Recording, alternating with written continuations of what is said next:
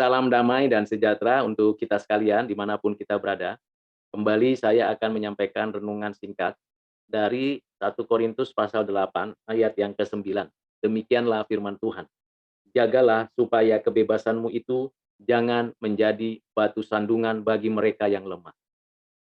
Sebelum kita bersama-sama memikirkannya dan merenungkan ayat ini, mari kita berdoa. Kiranya Tuhan menolong kami untuk mengerti firman-Mu. Kiranya Roh Kudus memberi pencerahan kepada kami agar apa yang kami dengar, kami tahu, dan kami dapat lakukan. Dan kiranya Kristus dengan hikmat-Mu memenuhi hati dan pikiran kami. Terima kasih ya Bapa, dalam nama-Mu Tuhan Yesus kami berdoa. Amin. Hal yang perlu kita perhatikan dari ayat ini ada beberapa kata. Yang pertama adalah jagalah. Yang kedua adalah kebebasan.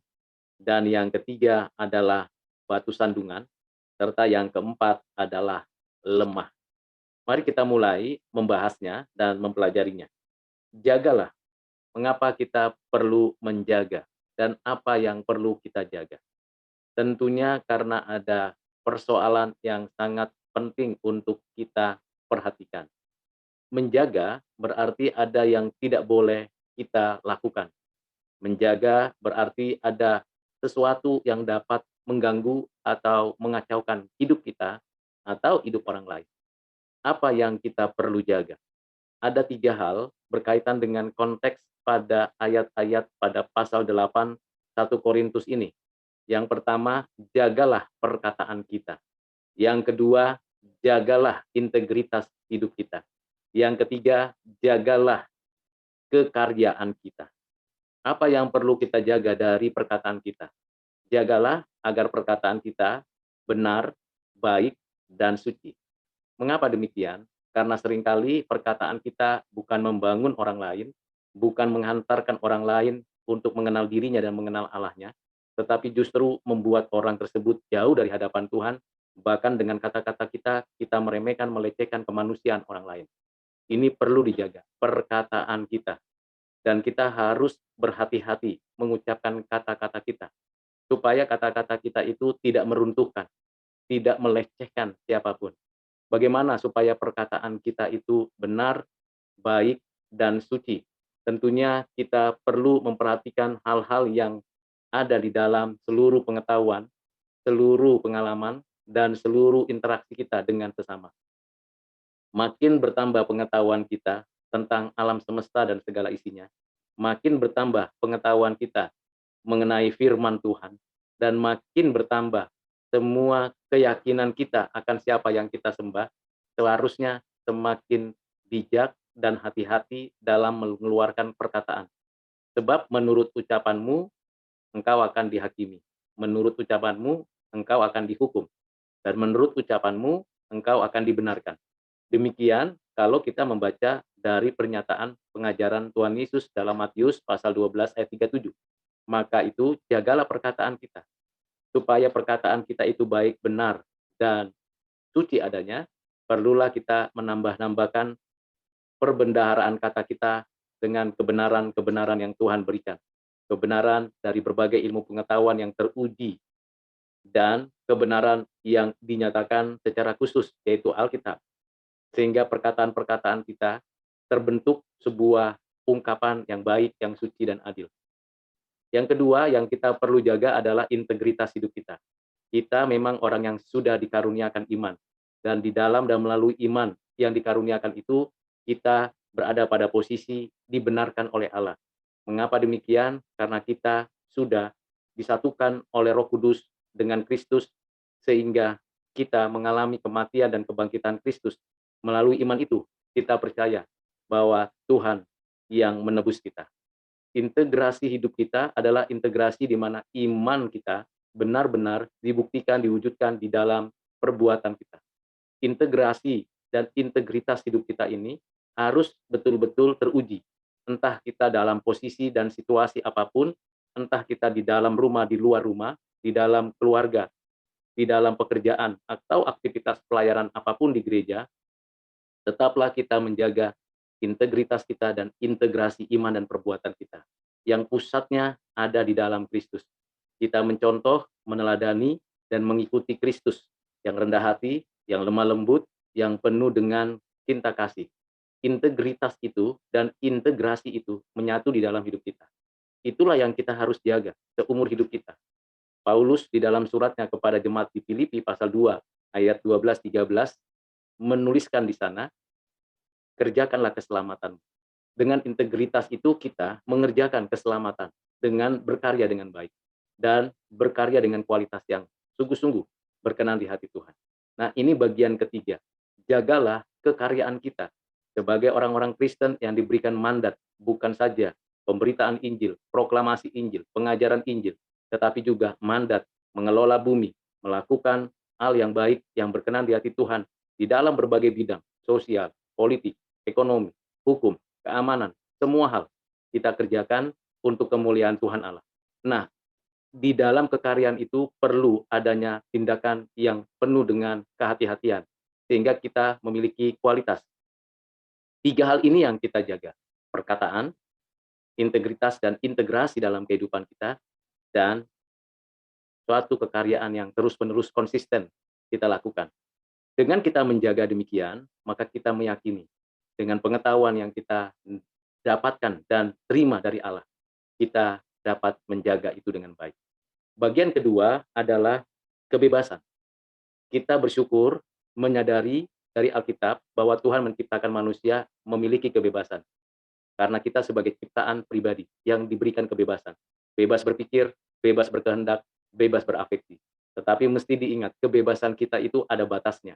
Dibatasi oleh diri kita sebagai ciptaan, dibatasi oleh ciptaan-ciptaan yang lain, dibatasi oleh sistem hukum alam, hukum moral, hukum yang ada pada diri sendiri, dibatasi oleh karena kita berada di dalam kendali dan otoritas Allah. Kita bebas, tapi tidak bisa bebas mutlak. Kita bebas bergantung sepenuhnya pada kebebasan Allah. Kita menjaga semua hal tadi, perkataan, integritas, dan kekaryaan kita, supaya dengan menjaga itu, kita bebas melakukan yang benar, bebas menjalani hidup yang baik, dan bebas mengerjakan segala sesuatu dengan suci. Itulah kebebasan yang sesungguhnya. Tetapi hal yang perlu dengan kebebasan itu, kita harus tahu bahwa janganlah kebebasan itu menjadi batu sandungan. Mengapa jadi batu sandungan? Karena seringkali, karena kita tahu banyak, kita mengerti lebih banyak dari orang lain, kita punya pengalaman lebih tinggi daripada orang lain, kita menganggap bahwa semua orang sama seperti kita. Tidak demikian. Seringkali apa yang kita tahu, orang lain belum tahu. Seringkali apa yang kita mengerti, orang lain belum memahaminya. Bahkan apa yang sudah kita alami, orang lain pun belum bisa memahaminya. Dengan kata lain, bahwa setiap orang juga bersama-sama dengan kita punya situasi dan kondisi yang sama. Apa yang orang lain tahu, apa yang orang lain mengerti, apa yang orang lain alami, belum tentu juga kita dapat mengalami atau kita sudah mengalami. Dengan suatu sikap pengertian yang seperti ini, kita bukan saja menyadari pentingnya bertoleransi tentang keadaan itu, sehingga apa yang kita tahu dari berbagai hal yang kita pelajari, kita alami, apa yang kita bisa pahami tentang keberadaan Allah, diri kita, pemikiran-pemikiran yang ada dalam ajaran Alkitab, tidak serta-merta segera itu menjadikan kita sombong, angkuh, arogan. Kita harus bisa menjaga, menahan diri, self control, supaya dengan kita menahan diri untuk tidak semena-mena menggunakan kebebasan kita, sehingga orang lain tidak tersandung dengan perkataan kita, dengan segala upaya apapun yang kita mau tunjukkan integritas kita atau kekaryaan kita. Orang lain itu sama seperti kita, ada kelemahannya, ada keterbatasannya, ada kekurangannya. Ketika kita sembrono dan kita tidak bijak di dalam menyampaikan berbagai pengetahuan, di dalam mengajarkan berbagai pengalaman hidup, bahkan di dalam hubungan kita dengan Tuhan, kita sembrono dan sesuka hati berbicara seolah-olah orang lain itu bisa memahami kita, dengan serta-merta kita meremehkan, melecehkan. Ingatlah bahwa orang lain punya kekurangan, kelemahan. Kita belum menginjakkan kaki kita di sepatu mereka. Kita baru tahu dari apa yang nampak saja, tetapi kita tidak menginjakkan kaki kita di sepatu mereka. Artinya pengalaman mereka, pengetahuan mereka, siapapun itu, entah pasangan kita, entah anak keturunan kita, entah saudara kita, itu masing-masing punya porsinya sendiri-sendiri. Dengan demikian, kita bisa bertoleransi tentang hal itu. Tetapi bukan berarti kita berdiam diri ketika mereka tetap pada posisi yang belum meningkat keimanannya. Di satu sisi, kita menunggu dengan sabar supaya pergerakan pengenalan mereka akan Tuhan dan diri mereka betul-betul berjalan seiring dengan pengalaman hidup mereka bersama Tuhan. Sehingga ketika ada persoalan-persoalan yang cukup penting untuk diputuskan, mereka semakin dewasa. Demikian juga, bukankah kita memiliki kelemahan dan kekurangan? Di sini Rasul Paulus ingin menempelak kita yang seringkali arogan dan sesuka hati terhadap sesama saudara kita. Paulus memberikan contoh, ada orang yang baru percaya melihat orang lain makan sembarangan penyembahan berhala, daging hasil persembahan berhala. Bagi orang-orang yang sudah percaya dan sudah matang pemikirannya, bahkan sudah memahami persepsi tentang itu, dia akan segera mudah saja memakannya. Dengan penuh ucapan syukur, maka semua makanan halal baginya. Tetapi bagi orang yang baru percaya, bagi orang yang baru keluar dari kegelapan, menyaksikan itu membuat hatinya, terutama hati nuraninya, terhenyuh. Bagaimana mungkin itu bisa dilakukannya? Bukankah itu dipersembahkan kepada roh jahat? Padahal bagi orang yang sudah punya pengetahuan yang tinggi, pengalaman yang mendalam, mengatakan, oh tidak, tidak ada yang disembah selain Allah yang Esa di dalam Kristus. Iya benar, tetapi pengalaman dia, pengertian dia berbeda. Pertumbuhan seseorang itu beragam. Ada yang level 1, ada yang level 2, dan seterusnya. Nanti juga pada waktunya akan disempurnakan Tuhan. Mungkin pada hal itu, pada bagian itu, orang yang mengatakan, mengapa orang itu memakan penyembahan berhala, makanan-makanan yang sudah dipersembahkan kepada berhala, mungkin pada bagian itu orang itu lemah. Tapi pada bagian lagi, yang lain orang ini kuat, menyaksikan dengan kesungguhan akan kebenaran dan keselamatan di dalam Kristus. Karena itu, Bapak, Ibu, Saudara yang kekasih di dalam Tuhan, kita harus menyadari bahwa siapakah kita di hadapan Tuhan dan siapakah kita bersama-sama dengan saudara seiman. Ada orang lemah di sekitar kita. Ketika kita berhadapan dengan orang-orang yang lemah seperti itu, jangan sombong, jangan arogan, jangan merasa diri tahu semua. Tetapi bagaimana caranya supaya kita bisa meningkatkan kualitas kerohanian, pengalaman, pengetahuan dari saudara-saudara kita yang lemah itu? Seperti kita yang sudah dikuatkan oleh banyak firman yang dijelaskan oleh hamba-hamba Tuhan. Seperti kita yang sudah dipimpin, dibimbing oleh Tuhan untuk melewati perjalanan hidup yang berat ini.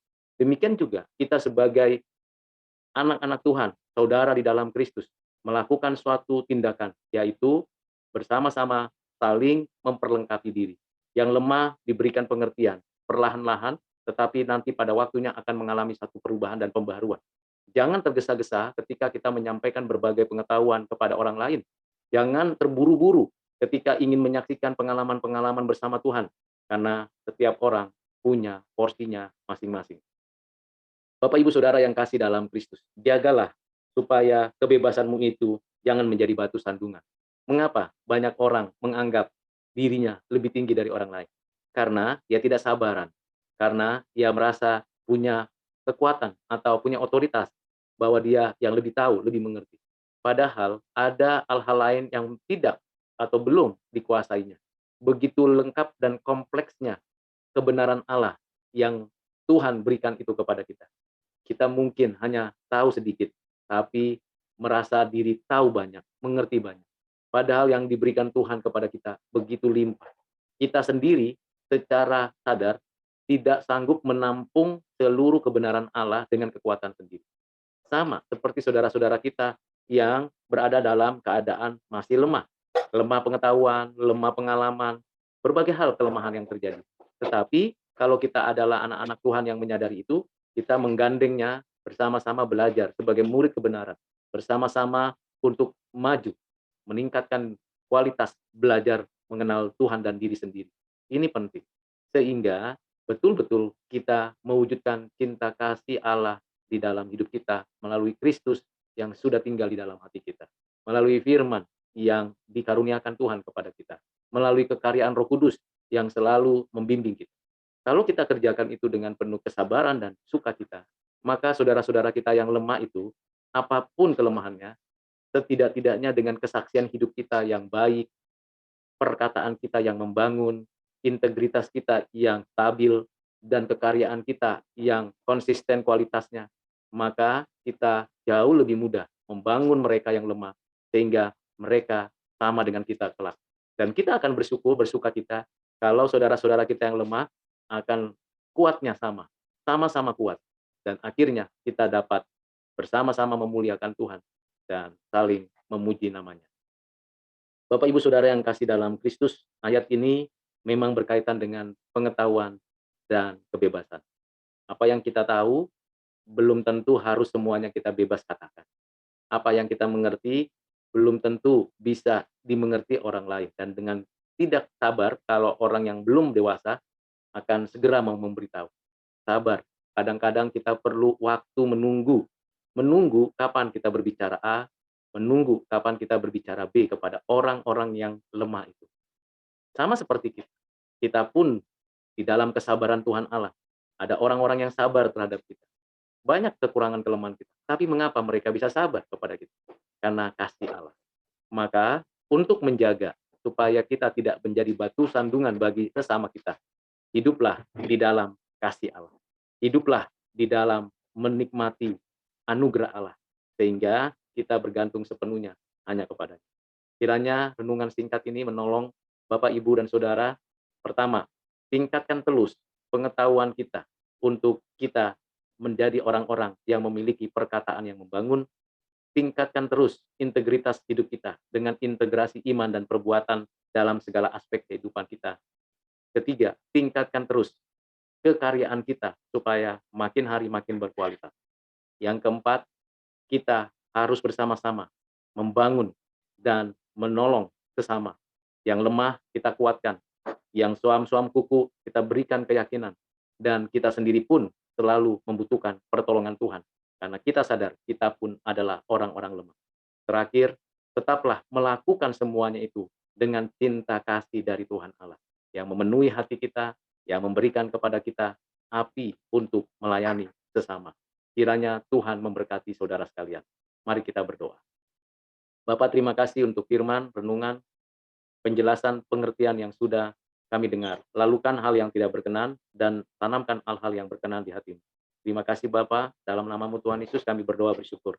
Amin.